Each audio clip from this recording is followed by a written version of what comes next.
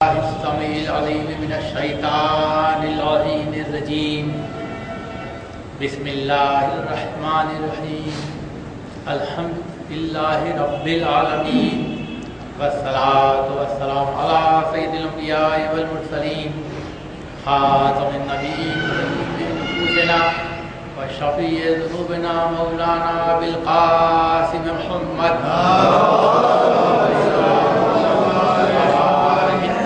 الطاهرين المعصومين المظلومين صلاة الله عليهم وعلى آله بحقوقهم أجمعين من يومنا هذا إلى يوم الدين. أما بعد فقد قال الله تعالى وتبارك في كتاب المجيد والفرقان الحميد وقوله الحق. بسم الله الرحمن الرحيم.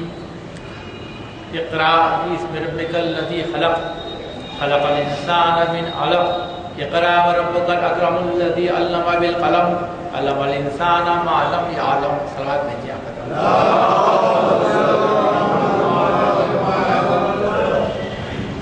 توفیقات الہی کی دعا کے ساتھ میں نے آپ حضرات کے سامنے روزانہ کی طرح آج بھی سورہ اقرا کی ابتدائی 5 آیتوں کو بطور سرنامہ کلام پیش کیا.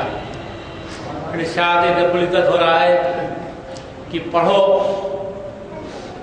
اپنے رب کے نام سے جس نے خلق کیا، جس نے انسان کو جمے ہوئے خون کی پھٹکی سے خلق کیا.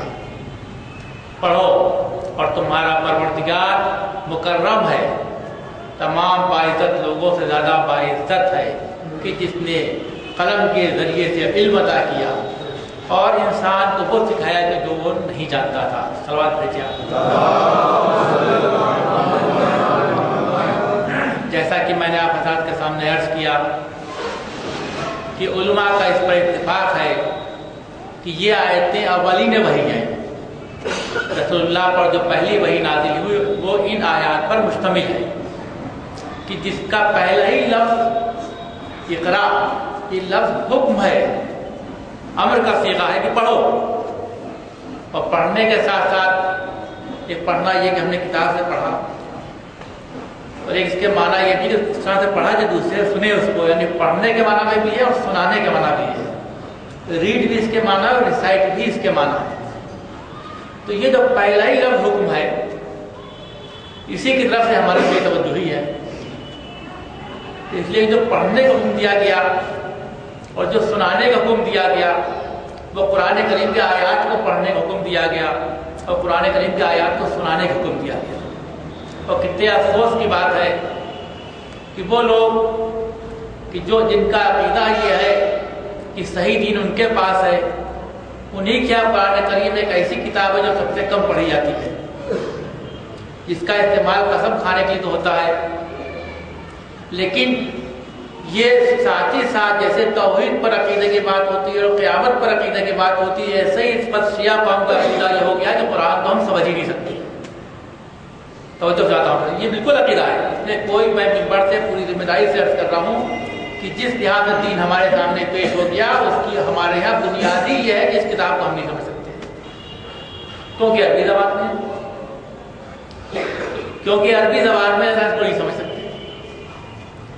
یہ ایک عقیدہ نظریہ ہمارا بن گیا ہے. اور یہ افسوس کی بات ہے اگر آدمی کبھی ذرا سا آ کر سے کام کرے اور غور کرے تو سوچے گا کہ ایک گروہ انسانوں کا ایسا ہے کہ جو یہ عقیدہ رکھتا ہے کہ اصل ہدایت یافتہ قوم وہی ہے، اور ساتھ ہی ساتھ وہ یہ بھی عقیدہ رکھتی ہے کہ نہ تو وہ اللہ کی کتاب کو سمجھ سکتی ہے، نہ رسول اللہ کی احادیث کو سمجھ سکتی ہے، نہ ائمہ کی سیرت کی کتابوں کا مطالعہ کر کے سمجھ سکتی ہے، کیونکہ اس تمام چیزیں عربی زبان میں اور ہم وہ زبان جانتے ہیں. تو یہ جو عقیدہ ہمارے نظریہ بنا ہوا ہے، اگر اللہ نے اپنے پیغمبر کو ایک امی کو اپنا نبی نہ بنایا ہوتا اور بڑے کسی عرب کے عالم اور فاضل کو، جیسا کہ مشرکین مکہ اور کفار عرب کا مطالبہ تھا کہ اللہ نے ایسے کو بنایا ہوتا کہ جو ہمارے یہاں VIP کی حیثیت رکھتا ہے.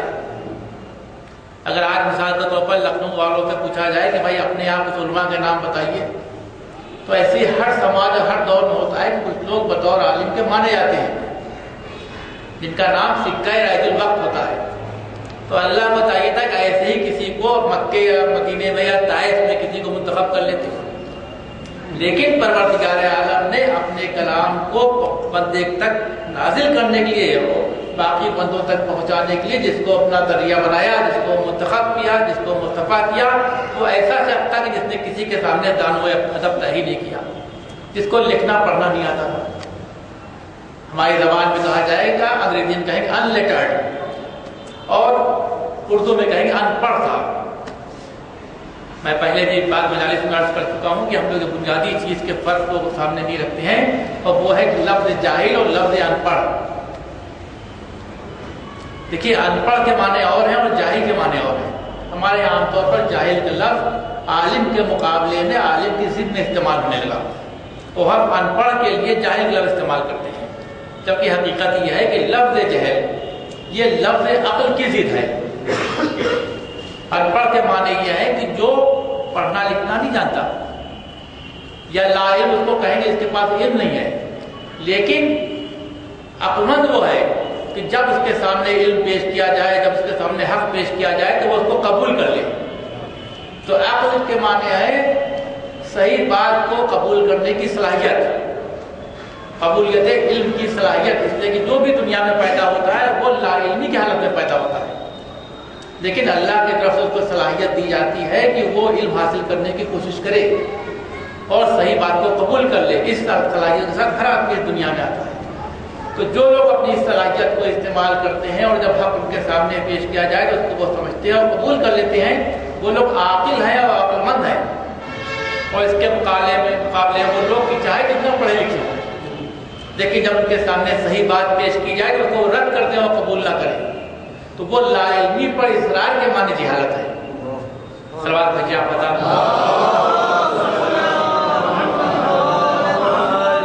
اس کا تعلق پڑھے لکھے اور ان پڑھ ہونے سے نہیں ہے۔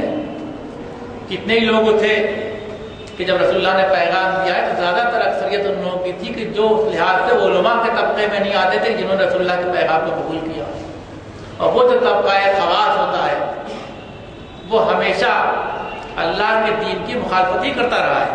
تاریخ اٹھا کر آپ دیکھیں، قرآن شریف میں بھی ہے کہ جب ہم نے ہدایت بھیجی تو وہ مترفین نے، جو VIP طبقہ تھا، اس نے انکار کیا جھٹلایا نبیوں کو، لیکن عام آدمی پیغام کو پہلے قبول کرتا ہے اور اس کے بعد دوسرے لوگ ہیں کہ جب دیکھتے ہیں کہ عوامی دھارا ساتھ میں ہو گیا ہے نبی کے، تب وہ اسلام قبول کرنے لگے۔ ورنہ جتنے سرداران نے مکہ تھے آپ دیکھیے، انہیں نے قبول کہا کہ رسول اللہ کے پیغام کو، عام آدمیوں نے، تو غلام تھے، کمزور لوگ تھے، مستضعفین لوگ تھے کہ جن کی سمجھ میں یہ بات آئی کہ جو پیغام دیا جا رہا ہے تو ہماری زندگیوں میں انقلاب برپا کر دے گا، ہمارے حالات کو بہتر کر دے گا، ورنہ ہوتا ہے کیا؟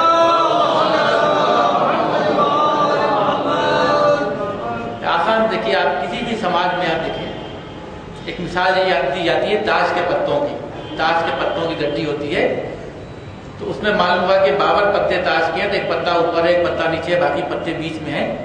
اگر آپ پتے کو کہتے ہیں انگریزی میں شفل کریے، پھیر دیجیے، تو جو پتا نیچے ہے وہ اوپر چلا جائے گا، جو اوپر ہے وہ نیچے آ جائے گا۔ تو کسی بھی سماج میں اگر انقلاب آئے گا تو اسی طریقے سے پتے پھیرے جاتے ہیں، سماج کے لوگ پھٹتے ہیں، اوپر والا نیچے چلا جائے گا، نیچے والا اوپر آ جائے گا۔ تو جو لوگ اوپر ہیں، جو لوگ کریمی لیئر میں ہیں، جو لوگ خواص کہلاتے ہیں، وہ یہ قطعی نہیں چاہتے کہ سماج میں تبدیلی آئے، کیونکہ سماج میں تبدیلی کا آنا ان کی مخالفت، ان کے لیے نقصان کا سبب ہے۔ اگر آپ تاریخ کا مطالعہ کریں، کیونکہ ابھی موضوع نہیں، اتنا وقت نہیں، آپ نے عرض کروں کہ حضرت علی علیہ السلام